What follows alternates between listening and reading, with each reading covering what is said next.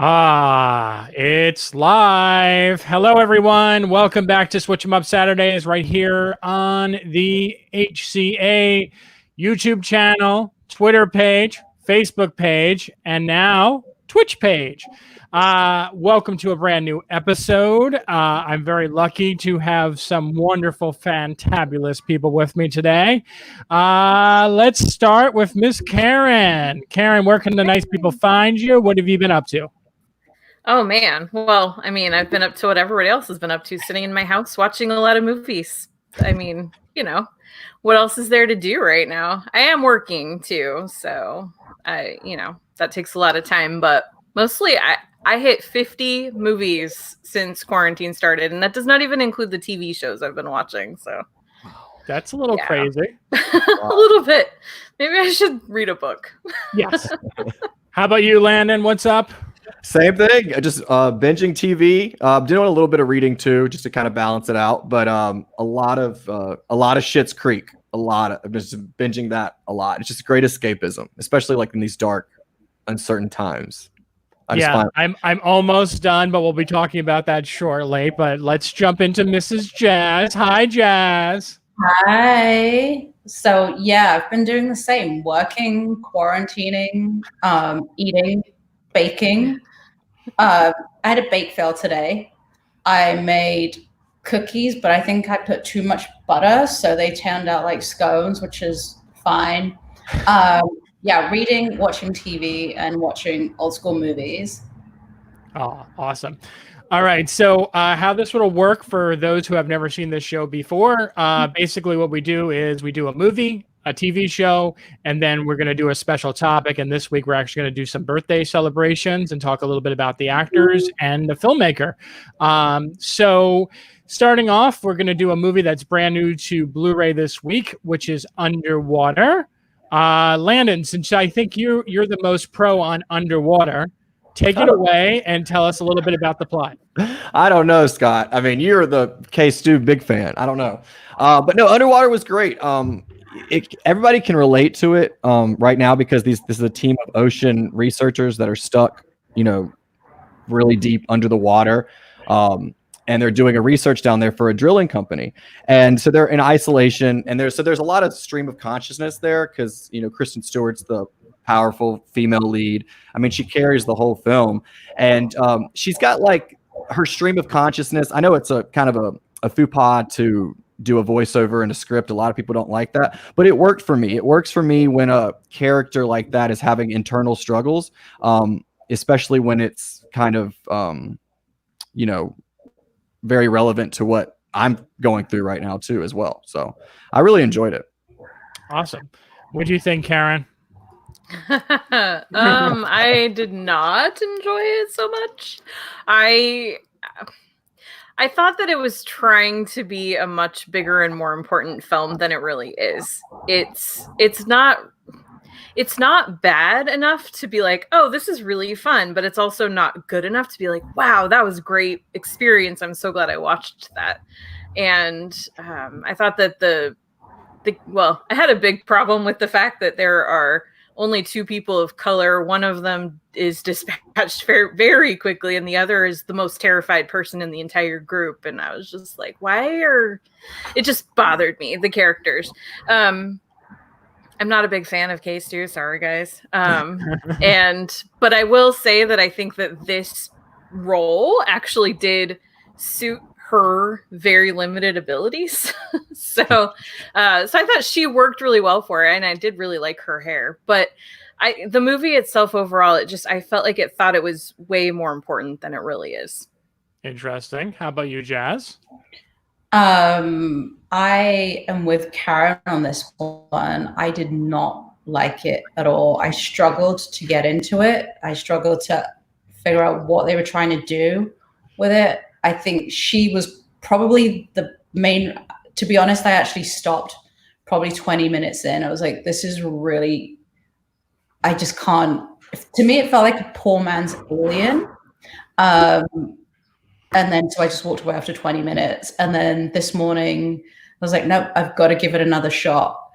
And she is the best thing about it, but it's not one that I really enjoyed.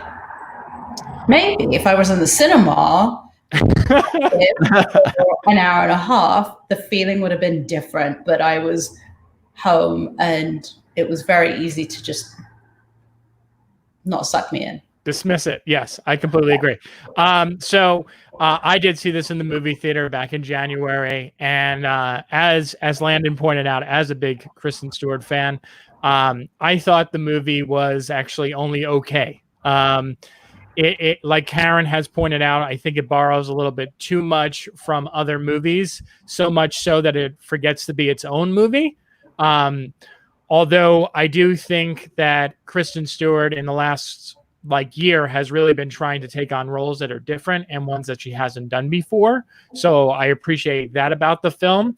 Mamadou, I'm very upset about Mamadou's character, Karen, as well. And I thought that was very, very cliche, very, very horror movie cliche. And I thought it was entertaining enough, but again, I don't know, like Jazz, if I would be able to watch this movie at home, because I think I would have been distracted and I would have turned it off because it didn't grab my attention enough. But in the theater, I think because it was only like 95 minutes, I was able to make it through. But I don't know. It's like a middle of the road movie that I would actually recommend, which it's no longer in theaters, but to see it in theaters if you had any interest in it, as opposed to watching it at home. Definitely. Yeah, this is one that I think definitely loses something by not watching it with a crowd. I think even if I didn't love the film, if there had been other people around, and some of those moments that are supposed to be really tense might have actually felt tense. Instead, they didn't. They just felt like, okay, now she's going to turn this way and there's going to be a creature over there. You kind of just could see everything that was coming because there wasn't that collective holding of your breath or whatever to really make those moments feel more intensified. Yeah. And to your point, Karen, Kristen Stewart said in an interview that it wasn't a lot of acting because they were so uncomfortable. The actors down there in the water and the cold, and the suits were just as heavy as their bodies. So they weren't even acting. They were just really uncomfortable and just hating the whole experience pretty much. So that's pretty, to your point, that's pretty interesting. Yeah. And I mean, it also should be said that this movie was, I think, put on a shelf for almost a year before it actually was released too. I know part of that has to do with TJ Miller being in this movie. But you can kind of tell that it was definitely a January release, sadly. First of the year movie. Yep. One of those movies that comes out. And I mean, for a January movie, it's okay for that type of release for that month. But, if you put this out in the middle of summer, I mean, it would have done even worse than what it already did, which was pretty bad. It definitely has good production value. That's what I wanted to talk about. I was going to ask you about that. Yeah. I mean, it's not an ugly movie. It's really well shot, which that's what happens when you have a director who's a cinematographer that actually does have some skills behind the camera. But and I think that the design, although it was very confusing because when you're really getting oriented with this drill station, everything's been destroyed. So it's hard to get a feel for the layout of things, but it looks very good and it looks like a very high quality film. It's just where I felt like everything really struggled was mostly in the storytelling. Yeah, I would agree. That's what I felt too. There was one moment though where I did jump when they first, I don't know how much of a spoil. Well, when they first see the creature, that's the moment I did actually, I knew it was coming, and that's what you were saying, Karen. It's like, you knew what was going to happen. I knew it was coming, and I still jumped out of my skin. So it's like, that's where I'll give it. It's no Quiet Place too. Some of us still haven't seen A Quiet Place. I know. No one has, few people have seen it, but I'm like, that's the type of horror movie and suspense movie you want. Just a little preview. The production is great. I mean, Karen, I agree with the way it was lensed. It was done really well. I mean, I'm not going to take that away. It was just the story. It didn't suck me in. What do you think of the costumes? What do you think of the costumes, Jazz? Since that's your big thing now. I liked it. I mean, I thought it was great. I liked their suits, and that was unique. I mean, I didn't find, like I said, the production, I enjoyed it, and the draw station, it was all good. It was just that story. story. Well, like you said, Scott, they borrowed from a lot. Piranha, Descent, Armageddon, just to name a few. Yeah. I mean, so it's a conglomeration, a mosaic of like all action kind of films that have preceded it. So I think that kind of, takes away from its value a little bit. I agree. So the one thing I couldn't figure out was when you get close to the end, I know we don't want to spoil everything, but I was just like, was this at some point supposed to be a Cloverfield movie? Because you almost wonder the that. Creature design and the way that the story plays out, it really felt like it belonged in that universe. Very alien, yeah. Yeah. Extraterrestrial. Any closing remarks on Underwater before we move on? I cut my hair to look like K-Stew. And it looks very good on you. It does look very good. Peroxide. Exactly. I was like, well, if that's the hairdo to have in quarantine, because she was a pro at it, then that's what I'm gonna do. So I thought about it. I was gonna, but I ran out of time. I'm still voting yes. Karen. Do it. Right now. Do it right now. Okay. Yeah, I'll do it on camera. Sure. Yeah. Do it on camera. Do it live. If I had clippers, I could probably actually be tucked into it, but Do it. Where do you live? I'll bring you clippers. I'll leave them outside your house. Orange County, you got to drive. Okay. I'll mail them. Okay. We'll get you an Amazon order. Next week. Yeah. Hopefully it'll get there. All right. So now we'll move on to TV. Schitt's Creek. I think, Karen, you finished this show, right? Did anyone else finish the show? Oh, yeah. You finished it too? Oh, boy. I'm the only one who didn't finish. But I'm 6 episodes away from it being done. So we can talk a little bit in detail. So I kind of want to start at the beginning. So how did you feel about the show from the beginning, and did you feel like it's gotten better over the time? What has been your favorite season? Overall thoughts on the show before we talk about this last season. I discovered it really early on because when I was writing for Awards Daily, the team loved the show. I thought it was really funny from the get-go, and I recommended it to so many people. It's like, you have to watch this show. It's so, it needs more eyes on it. And Catherine O'Hara, of course, is absolutely the best character on TV. Absolutely.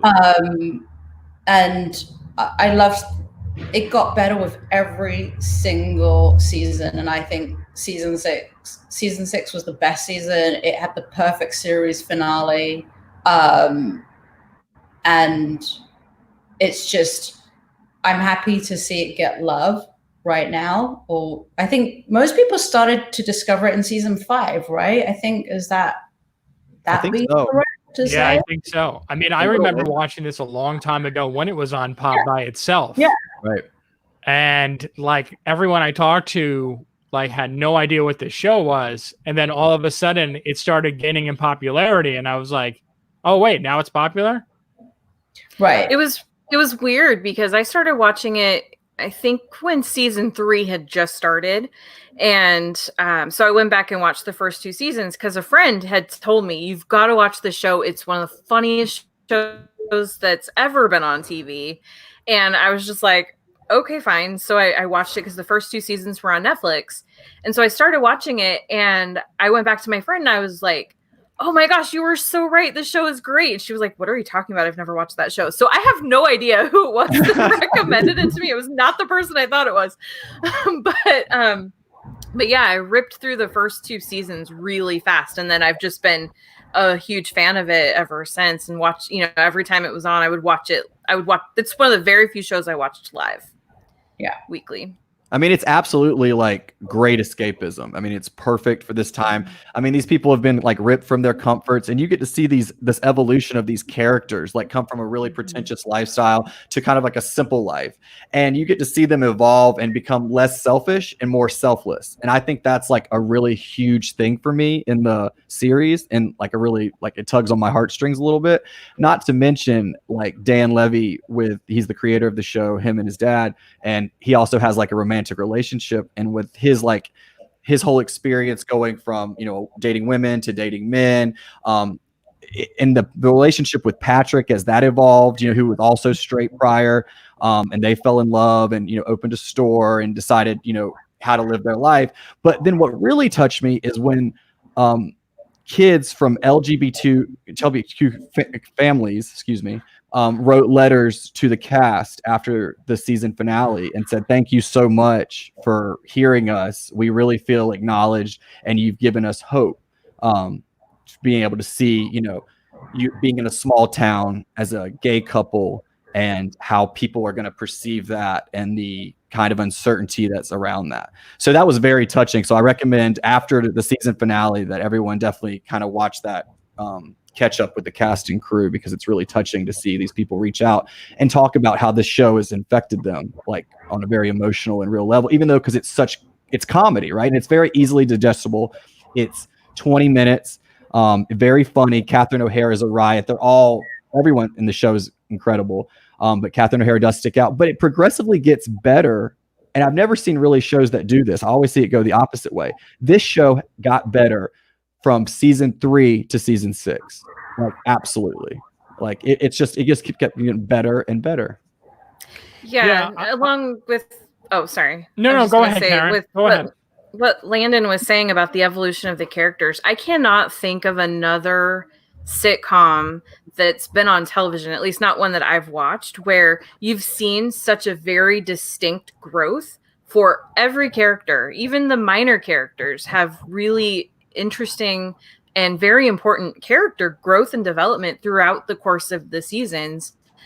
And I mean, you see shows like Friends where they go through, they grow up and they go through changes in their lives, but they're still basically the same people they were at the end that they started out as. And with Schitt's Creek, it's just not the case. They grow, they change, they learn, they become much better people at the end of these 6 years of the show because of the experiences that they've had and the people that they would never have met otherwise if it hadn't have been for this really terrible thing that happened in their lives.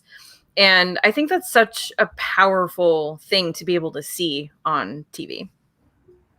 Yeah, I mean, I definitely agree. And what I think is so fascinating about the show is for most of these actors, like Eugene Levy has tried to have a career for a very long time. He started out, of course, like everyone knows him American from like Pie. comedies in the 80s and things of that nature. And then I remember in the 2000s, he did a series of comedies, movies that all did not do very well. Outside of the Christopher Guest movies. Everyone, of course, loves him in the Christopher Guest movies. But when he tried to do mainstream comedies, no one really accepted him. And he really felt like he was struggling for a while. And then to kind of see him and his son come up with this idea for this show. And then all of a sudden, people were talking about him again. And Catherine O'Hara, who I also love. But again, child of the of the 80s and 90s. That's what her heyday was. And it's kind of refreshing because you get two new talents, and then you get these charming older actors who really were forgotten about before this show, and they get to shine too. But to talk about both your points, I think it's really fascinating, and one I really take away from in this show especially is Eugene Levy's character. Because I feel like he's gotten all the pressure put on him to kind of be like figure everyone out and kind of be a good father. And, obviously the show talks a lot about the struggles of both of them being parents and how much they kind of like just paid money and had other people watch their kids. And then he actually has to be in the leadership role. And I think his character really gets a lot of depth to him. And seeing him go from someone who just wants to get out of this town to actually finding a way to form his own business with the hotels, and then expanding and wanting to buy other hotels, great. And personally, one of my favorite characters on this show is Stevie. I think Stevie's a great character, and she's someone who, like, you know, who just feels lost. And like, I love that in this season, the last one, didn't finish it yet, but I love how she's starting to explore what she wants to do. And she thought she might want to be, you know, work as a flight attendant, things of that nature. And she seems like she's going back to wanting to do the hotel stuff, which is fascinating, because it seemed like she hit it all along. Yeah, they've really had a sense of family there, that small town. Like, they've really got a sense of community. I think is really beautiful. Yeah. Well, and part of what opened that door up for Stevie wasn't even just knowing the Roses. It was getting kind of bullied into doing Moira's play, and that unlocked something for her. And I think that that's one of those situations where, you know, because of Moira and John and you know, coming into town and being kind of stuck there, but they still had something, even though they were completely the fish out of water. They were in a situation that they did not fit into at all, but they even had something they could bring to these people, as much as they could learn from the town, you know, the people that were there. So like with Moira's art and like all the stuff she did with the community, and like telling people to demand things that they didn't know they could demand, like the flowers and the lands. I mean, just little things like that. It's like they really came together with this synergy, and it's really beautiful. It really is. And funny. What episode? That's the thing. Like, it stayed consistently funny. Like, you know, sometimes, like, it didn't overstay its welcome. I think like 6 seasons was perfect. But just the way it was written, the comedy was just consistent. Like, what I love about the show is that you could just dive into any episode and relate to these characters and just get a good laugh. So it did, you know, it just did that so well, which is something that very few shows actually managed to do. And it was just great also seeing, like what you said, Scott, seeing Eugene Levy and seeing Catherine O'Hara, this generation, I guess, discover the amazing talent that they have, you know, because Catherine O'Hara and Beetlejuice, you know, it's like 1998 and people are still talking about her. Exactly. That's how I know her. Yeah. Well, it's interesting watching the special that they did.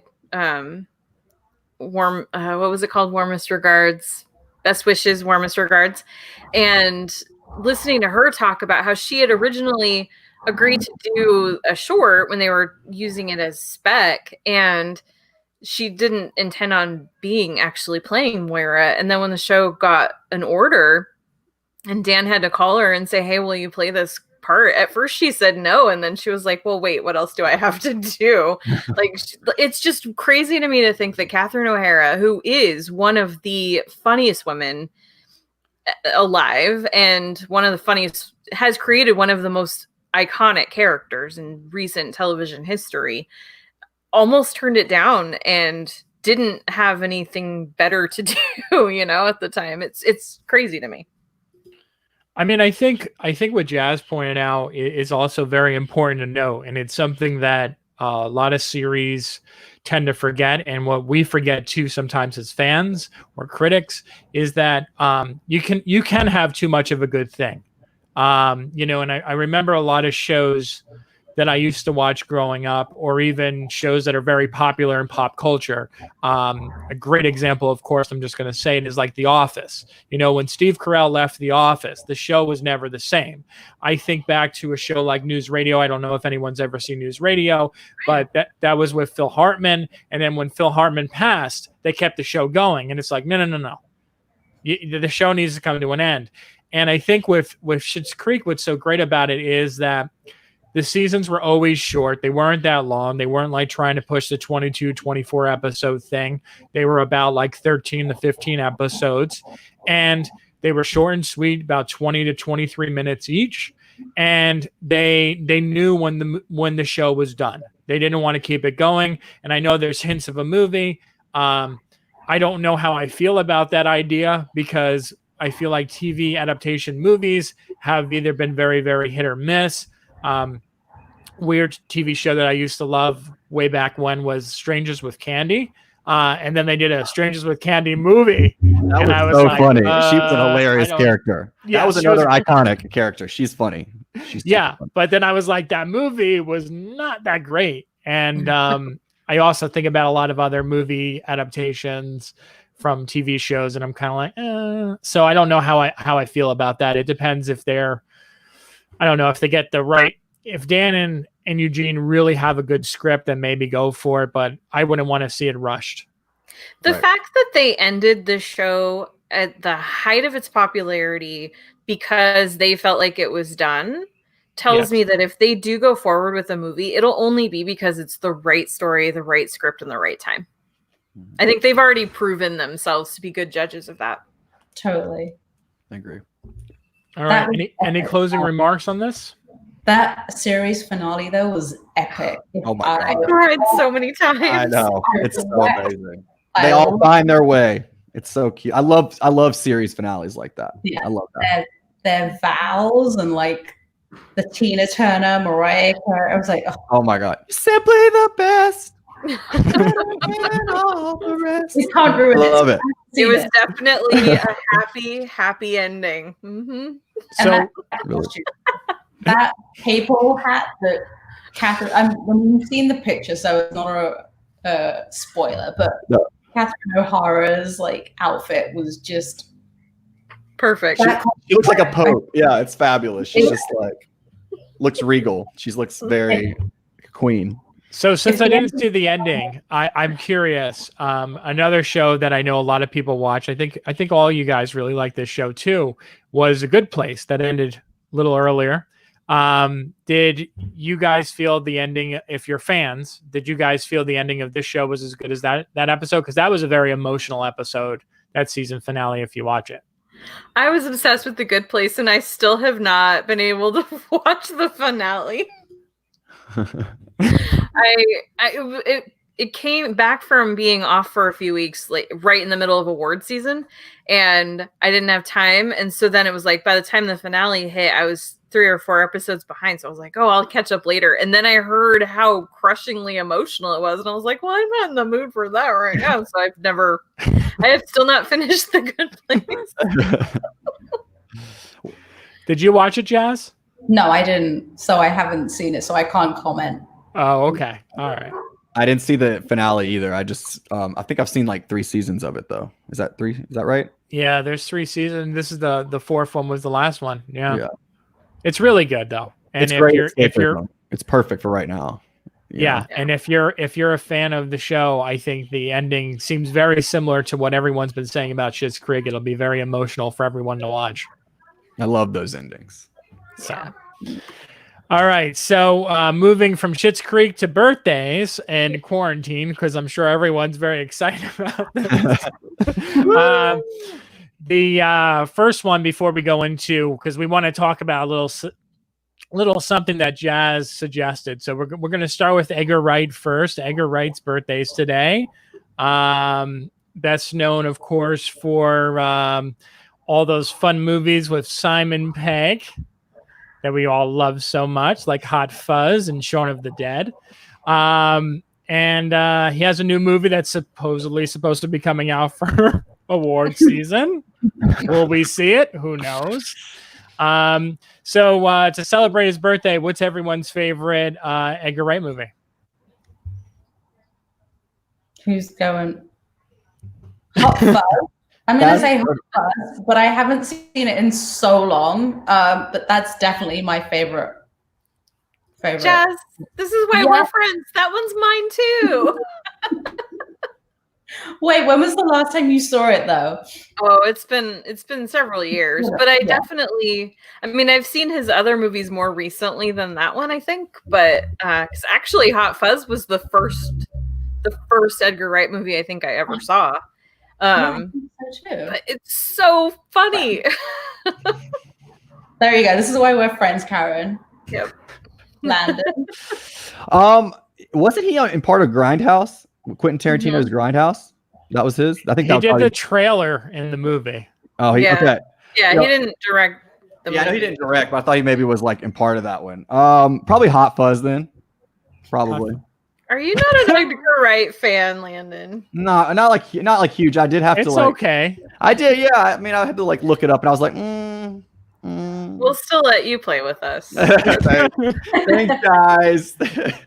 I mean, I have to say that I mean it's kind of, I don't know if we can say this anymore, but I really still want to say Baby Driver for me. Just say that. because I like that. well, I mean, because of who being in it. Well, but look at what happens to him. It's fine. Is that how it works? Yes. Yeah. Okay. Even though he still was really good in the damn movie. I hate to say it. But Ansel Elgort, I think, is just so damn charming in Baby Driver. But if I really had to pick, I have to say Scott Pilgrim for me. And I just remember Scott Pilgrim being that big thing to come out of Comic-Con. I don't know if everyone remembers this, but they made such a big to-do about this movie at Comic-Con. And when it came out, it like bombed so hard. And like no one went to see it. But I mean, it's built this crazy cult following. I mean, I think it has had like 4 or 5 different Blu-ray releases with different cuts and different versions and special features. And I think it's probably the best thing Michael Cera's been in, other than the first 3 seasons of Arrested Development. All I know is that I really want Edgar Wright to do either a prequel or do a next movie with Simon Pegg and Nick Frost that includes Roman Griffin Davis and Archie Yates as the younger versions of them. JoJo reunion. I love That'd be so perfect. He would be perfect. Yep. I did love Baby Driver's soundtrack. I was obsessed with it. Yes, so good. That was a great film. That got nominated for something, didn't it? Editing or sound design? Editing. No, yeah, or something. Editing? I think it got nominated. I don't think it won, but I think it did not end up getting nominated for. Wait, now I have to look because I think it got nominated for one. Yeah, I know. I talked to the. It was Sony, right? Yeah. Yeah, it was Sony. It was Pat Shin. Yeah, I think it was nominated for 3 Oscars: editing, sound mixing, and sound editing. I could see that. That's good. It won Best Action Movie at our award ceremony. That's what really matters. Yeah. Well, no, just remember, because Edgar Wright was one of the first people to embrace our organization, and it was kind of funny because he's really close with Jordan Peele, and requested to sit at the table with Jordan Peele when we were getting him to come to the ceremony. So, but yeah, that's fair. Wow. Yeah. So I appreciate that, and I think Edgar Wright is a really interesting filmmaker. I dare to say this: I don't think he's ever made a bad movie. I know he goes back and forth between television and also film, but I really don't think that any of the movies that he's made, I would say, are bad. I would say some are stronger than others, but I don't think he's made a bad movie. Would you guys all agree with that? I think I do, but I'm double checking. Okay. Well, I'm not too familiar with his work, so yeah. I'll go with you. I agree with you. I mean, he hasn't directed tons and tons of movies, so that definitely helps. But yeah, and then he used the same people in like 3 of them, plus a TV show with them too. So. And to kind of go on your Jojo Rabbit point, Thomasin McKenzie's actually in last night in Soho. Oh, I didn't know that. Is, yeah. Yeah. So maybe I know. I'm super excited for that movie. I think it looks really good. Yeah. Hopefully we'll see it sometime. I know it was supposed to either debut at Toronto or Venice or Telluride. So we'll see if that happens. It will debut in my living room. Exactly. That's right. That's right. And then we wanted to kind of go over to Rick Moranis, who is also celebrating a birthday today. And I think all of us were very, very excited when his name was picked to be on this conversation. We love you, Rick. Yeah, Rick. I mean, Jeez, I mean, talk about someone who made my childhood iconic was Rick Moranis. But it's fascinating because he hasn't been in the industry for like over a decade or two now. And there was like rumors that he might actually show up in that new Ghostbusters movie, which now we won't see until 2021.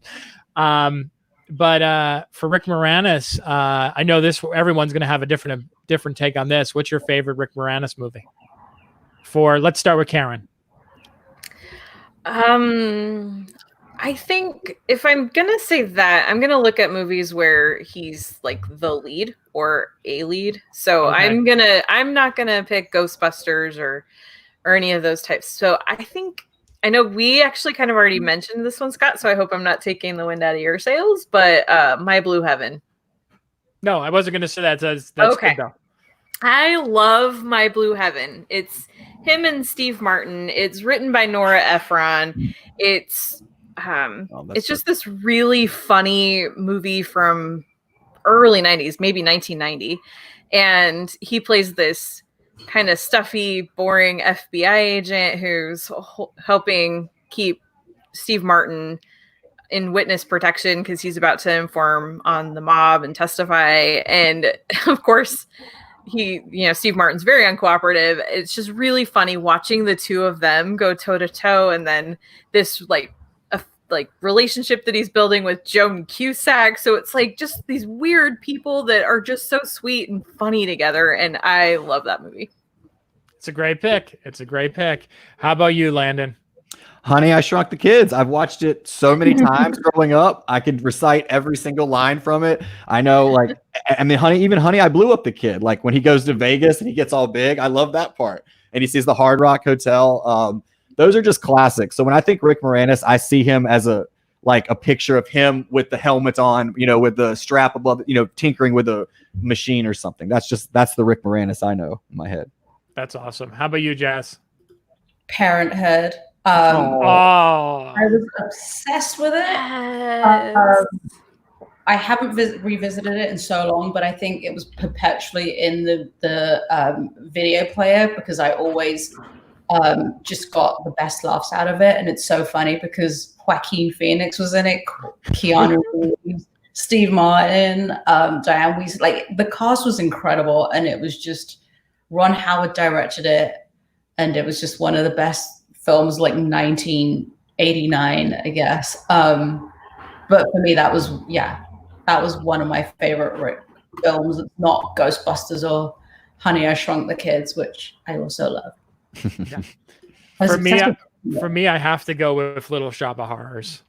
I mean, the Broadway guy has to go with the musical. And I just remember as a kid, and it's funny because as a kid, you don't realize that when you go see a show on Broadway or you go see a live theater production, that you're not going to see the actors that are in the movie as like a little kid. So I remember when I went to see this, and I think we saw a stage production of it in Atlantic City of all places. And I was like, to my mom, I was like, is Rick Moranis going to be there? Is he going to show up as Seymour? And she was like, I don't know.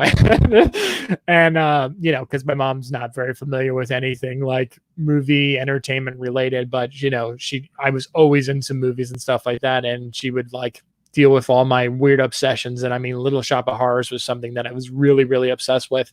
But I mean, Rick Moranis in that movie, I mean, just really made the role iconic, especially considering that it was a stage adaptation. It was a movie from the 50s that I believe starred Jack Nicholson of all people. But everyone remembers this version, and I think it has to do with his performance, as well as another one to kind of tie it back into My Blue Heaven is Steve Martin as the crazy dentist. I think it just really made that so iconic.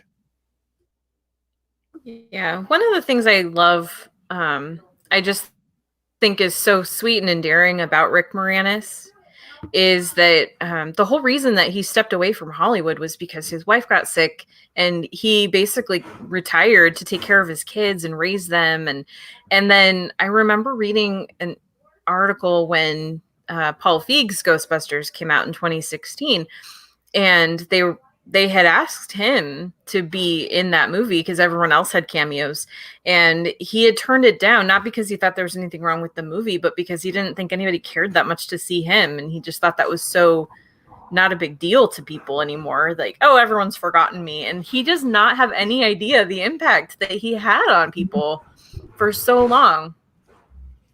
No, I completely agree. I mean, you know, you're talking about the Honey, I Shrunk the Kids. You're talking about the new remake that they're going to do now for Disney. You know, and I know we always talk about remakes and how much they are. And I don't know. I'm always going to celebrate original content more than I'm going to celebrate remakes. But I think that was a really big product of its time, a product of the 80s. And I don't know if they can do that. I mean, with Ghostbusters, regardless of how you feel about the new one or whatever the case may be, that's a story there that could be updated and like technology's gotten better. But what was fun about Honey, I Shrunk the Kids is that it just felt like something you would watch in the late 80s, early 90s. It was a testament to the times. And I don't feel like that's going to have the same value. Like his little kid, a scientist shrinking little kids nowadays. It doesn't seem, it seems so childlike right now. Like our technology, our storytelling has gone so much further than that I don't understand why anyone would want to see this, but I don't know. It's Josh Gad that's playing his son, right? Who's now the main, Yes. He'll be the main character. And he'll shrink his children. And then Rick will step in and try to help him. I like Josh Gad. I think I love Josh Gad. I think he's great. So I'm excited to see what they do with it. I mean, are they going to be able to like surpass the original? But I'm excited to see what they do. The thing that I do appreciate is that a lot of these current movies they're billed as reboots, but they're really sequels. And like with the new Ghostbusters movie, which, I have thoughts on that, but that's not a reboot of Ghostbusters. It's a sequel to the Ghostbusters franchise. Honey, I Shrunk the Kids. It's not going to be a reboot. It's not a remake of that movie. It's a sequel, really. Right. And I do appreciate that. I think if you're going to tell these modernized stories, either make it something that's inspired by, but not completely retelling that original story, or further that story somehow with a sequel. And add inclusivity, diversity, and, things that are more in line with our climate and our culture now than they were say, in the 90s world that we live in now. Exactly, the world in which we live, an inclusive world.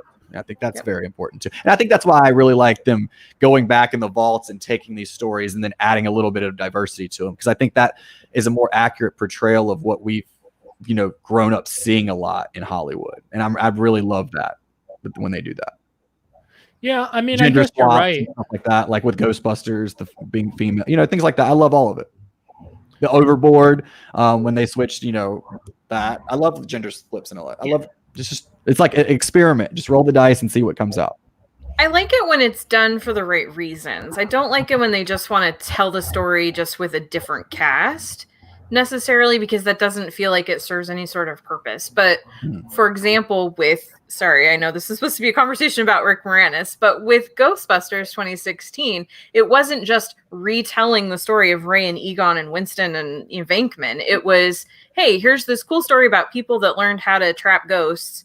Now let's change this and make it a female story, and then make it something that's actually female. So the characters in it are women. They're not just female versions of those male characters, and what they go through, their experiences, are female experiences. So when you're going to gender swap it or swap races or things like that, there needs to be a reason to do that. Yeah.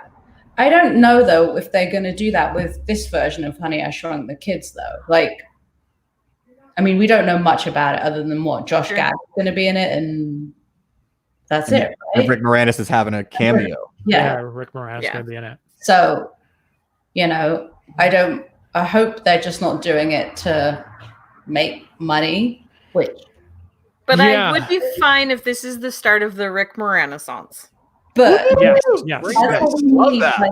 That's a hashtag right there. It was like, we need something This could be it. 2022 at this rate. Yeah, I was gonna say because it was supposed to release in 2021, and now we're looking probably because they probably can't even shoot it. Yeah, I mean, I'm hoping that this does, like Karen says, surge a renaissance for him, because I think he's very, very, iconic to people who grew up in the 80s and 90s, and a lot of people today. I mean, nobody really has a good history lesson on movies, unless someone recommends it over and over and over again. So now, because they announced whatever it is, the remake, reimagining, sequel to this, now people will be like, what is this? Everyone wants to talk about this now, and they'll go back and revisit it for those who have, or visit it for the first time for those who haven't seen it. But I'm very curious, and I'm along the lines of Jazz, where I'm very nervous that they're going to screw this up for a cash grab, because I will tell you the most crushing remake, reimagining, sequel that has come out in recent memory was that Vacation remake. Oh my God. That movie destroyed me. I have never been so angry because, again, 80s Chevy Chase, the Vacation movies, regular Vacation, European Vacation, Christmas Vacation, and then Vegas Vacation. And Vegas Vacation didn't do all that well. And then they wound up revamping it with Ed Helms. And I swear, I like Ed Helms, as a person, but he seems to be the touch of death to most movies. He's in it, and it just seems to destroy the movie. I feel bad saying that, but it just seems like whenever he's in something, it's oh, this movie sucks. What was the one that just came out on Netflix that everyone's complaining about? The Coffee and something? Coffee and Cream, I think it is. Coffee and Cream. Oh, I haven't watched that one. Everyone is no, this movie's terrible. But wait, Ed Helms is in that? Yes, he is. Oh dear. Yes, he is. But yeah, that's whenever I hear about remakes now, I hate to say it, but that's where my mind goes. Where I say cash grab, Vacation. I don't know if I want this. But what I do want, and I've always wanted them to do, I don't think this would work as a feature, but I always thought it'd be really funny to do some kind of a short film where it was a family reunion and they got everyone who had played Audrey and what's his face, the kids. Yeah. Get them all together. So you have Anthony Michael Hall and I just thought it'd be really funny to do that and have them all be really confused. Wait, but no, I'm Rusty, and that would be funny. Yeah, the one remake I'm dreading is The Others. Sorry, this they is not do that. They should not. It can segue into this because you know what, we have a few minutes left, and honestly, the reason we were talking about Rick Moranis, not just because we love him, is because we talked about Honey, I Shrunk the Kids, and that's been a big piece of news for the last couple of weeks. It's something we could look forward to during quarantine. So it's okay, Jazz, go for it. I mean, The Others, I don't even understand why they're remaking that. It's not even that old. With Nicole Kidman, right? The previous one, The Others. Yeah, and it's one of the best horror movies of all time. The best endings of all time. Terrible. Exactly. What are you gonna do to it to make this something different? should be touched? Yeah, that one. You can't get better than Nicole Kidman and that entire story. And if you haven't seen it, go back and watch it. We don't need a remake. I know, it's amazing. Right. Well, the thing is that most people know the ending. So how are you going to remake a movie that's only 20 years old that has a big twist ending? And how are you going to do it in a way that's going to dupe the audience? That's like trying to remake The Sixth Sense right now. You can't, because everyone's going to see from a mile away what's about to happen. Right. They're ghosts. Yeah, exactly. Exactly. You just ruined it, Landon, for those that haven't seen the movie 20 years later. Horror alert. We'll see it before this one comes out, because this one's a lot better. I have a feeling that the Nicole Kidman one's going to be better. Oh, yeah. It worked out for The Grudge well, the remake of The Grudge earlier this year. That worked out well. Did it? Yeah, that really worked. The third time, right? That's the third time that movie was remade. Or the second time? I don't know. If Sarah Michelle Gellar couldn't save it, then no one can save that movie. No. I never actually did see the one with Sarah Michelle Gellar. I don't like really demonic movies. I can handle some things that are like supposed to be evil and occultish, but that was one I couldn't. So I've never seen those. Well, I grew up with Buffy, so I would like love Sarah Michelle Gellar because she was also like an icon. Oh yeah, up, you know. So like everything that she does, I just love, and I feel like when she was in that role, it was to attract kind of our demographic. It's like we'd seen her. I Know What You Did Last Summer, the cameos in Scream 2, and it's like, oh, she's back. Buffy's back. She's had kids, now she's back on screen after Cruel Intentions and after her Wild Side.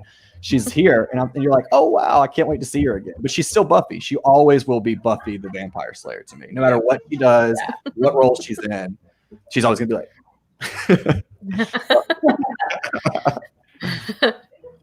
I don't. It's funny you mentioned that. I think about her, and I also think we were also talking about this a couple weeks back with Alicia Silverstone. I don't think Alicia Silverstone has ever escaped out of the whole Clueless thing. No, but I would watch anything that she's in, even if it was a silent movie, because I love Alicia Silverstone. Even what was that silly movie Cat Fight that came out with Sandra? Oh yeah, no, I like that movie. It was silly though, but yeah, I liked it too because it's her. It's Alicia Silverstone.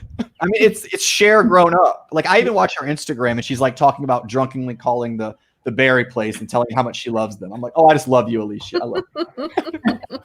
I just love her. If you're listening, I love you. She's got like 7 on-demand movies coming out in the next like 3 weeks. She's been busy. She's been very busy. Very busy. So it's a resurgence for her as well. It's the Alicia Silverstone Assance as well. Hopefully, she gets more screen time in her next movie than she did in the Lodge. Yeah. Well, that Batman and Robin really killed her career. That was the movie that really did her in because she was on like a hot streak. It killed a couple of people's careers too. I mean, how much did you see Chris O'Donnell after that? What about Excess Baggage though? That kind of killed it too. That was her directorial debut. But I feel like that kind of killed her. Did that come out before or after? That? I feel like it came out before, but it was around the same time because that was her hot. Those were her hot years. Yeah. Yeah. I don't know. It's crazy. Batman and Robin killed Buffy. But George Clooney, but he had his renaissance. He came. George Clooney's the only one that came out of that movie unscathed. Pretty much. Yeah. What's Chris O'Donnell done since? Exactly. CSI LA. TV, yeah. He went to TV, and then he's on Hawaii. Wasn't he on Hawaii 5-0? Or am I mixing him up with someone? It's one of those police shows. I think it's like NCIS LA or something like that. Yeah. Yeah. Something. Yeah. Excess Baggage and Batman and Robin came out the same year. Shocker. Yeah. But then she did Blast from the Past. I love that movie. I love that movie. I feel like everyone in quarantine having babies right now is kind of like thinking, is this going to be my life? Am I going to have to introduce my child to the outside world? Like, we're going up. We're going out. Like, it's the same thing. Right? Unless you live in Florida. If you live in Florida, it doesn't matter. We can't even acknowledge Florida. We can't even acknowledge it at this point. But no, I love it. And Sissy Spacek, she's so good in that movie. She's so funny. Yeah. No, I love that. I actually have a poster right above my head over there for it. Is that when Brendan Fraser's career ended with that movie? No, his we're just going down a rabbit hole of careers ending, but it was his is really tragic though. That was Furry Vengeance that ended his career. No, his was when he complained about the president of the Hollywood Foreign Press. Oh, was it? That got him blacklisted. Was that right after Furry Vengeance? I just remember that. For him. Yeah, you can't do that. Not a good look. But yeah. What did he say? What did he say? The guy groped him. Oh yeah, it was really bad. Yeah, and he's suffered a lot of like trauma and stuff from it, and he basically he kind of stopped getting a lot of roles after that, and then he didn't really want to be involved in Hollywood anymore because of what happened to him. And wow, yeah, his story is actually pretty sad. I had no idea. Yeah. Wow. Yeah, all this time I honestly thought it was Furry Vengeance. I really did. Because I know he did, he went down that same route that Eddie Murphy did, where they went into the family fair and it just started like everything kind of more and more. Everyone was like, I don't like this. I don't want to watch this. I'm done with this guy. Because I know everyone loves George of the Jungle, but that was also like a massive flop back in the day. But I know people love that movie now. But Underappreciated gem. I liked it. I liked Bedazzled though, even with Elizabeth Hurley. I love that But I movie. think that definitely so ended her terrible career. and so fun. Yeah, I mean, it definitely ended her career. And I actually revisited it the other day because it was on. Completely not PC. Would never fly today. Like the things that he says and like the way they depict certain things is completely stereotyped. It's. I was like, Yep. I was a little bit like, whoa. Every witch is a stereotype, basically. I mean, when he plays the gay character and he like just because he knows the characters of the Broadway show, he's gay. I'm like, well, that don't even make sense. Yeah, exactly. That's not what being gay means. Being cultured is not being gay. That's there's a difference. That would be a whole other like episode to just dive '80s and '90s to see what flies now and like what just wouldn't. But what? So true. Exactly. That was a good time for movies. I revisited recently, and that just would not fly in 2020. Like that film just wouldn't even get a release at this point. Oh. Which one? See No Evil, Hear No Evil. Oh yeah. Oh yeah. That would just no. Well, it's funny because this kind of ties into what you wanted to talk about. So one of the things that we wanted to talk about to kind of close out the show was we wanted to do, me, Karen, and Jazz had like a private like Zoom conversation a couple weeks ago. We were talking about movies that either hold up or don't hold up upon rewatch, a couple years later. And I think we were talking about what we talked about Boyhood and how we all felt like that movie didn't really hold up very well. But Jazz, you have one you wanted to point out for today to kind of kick this off? We'll kind of do this every week now. I like it. Wait, which one? I've been watching a lot lately. Yes. What's the movie that you watched recently that's older that you think? Pretty Woman. Pretty Woman. That's right. Okay. I think it still holds up. I watch it at least once a month. It's always on. Whether it would fly, I don't know. Would it fly in 2020 of like this woman being like a hooker who then the fairy tale story? It probably wouldn't be able to be so transactional. It'd probably have to be a little bit more dolled up, but I don't think there was too much. I mean, there could have used a little bit more inclusivity and diversity in the cast, but other than that, I mean, it's a tale as old as time. I mean, it's the oldest industry in the world. How do you cover that up? But okay, in terms of the film, I mean, it does hold up in that sense of it being like such a great story, and it hasn't like aged. No, it's aged very well as opposed to like aging badly. Yeah, it's a timeless tale. It's the modern day fairy tale in a way, Yeah. Do you think it's because? Do you guys think it's because it was more character driven and story driven than anything else?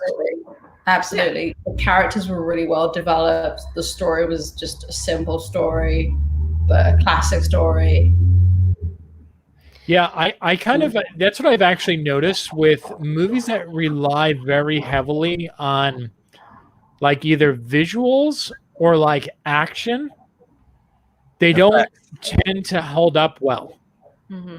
One of the reasons I think that Pretty Woman still works today is the fact that Julia Roberts' character, she is someone that does have a mind of her own. She's not just this pretty doll hanging on Richard Gere's arm. She has goals and she has aspirations and she has a good head on her shoulders.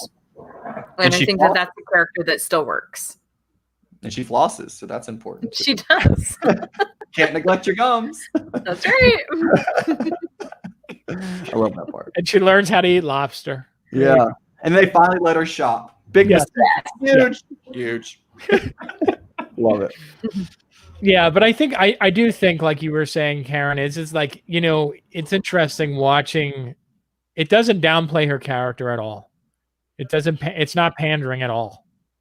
And I think that's very important to to see in like movies and when you look back at them, because I know there's so many films that I mean I think about like movies from like the early 90s, and I mean I still love Ace Ventura, so like I'm not gonna say that I don't love Ace Ventura, and how again it's a product of its time with some of the jokes, but there are some questionable Einhorn, Einhorn, Finkel.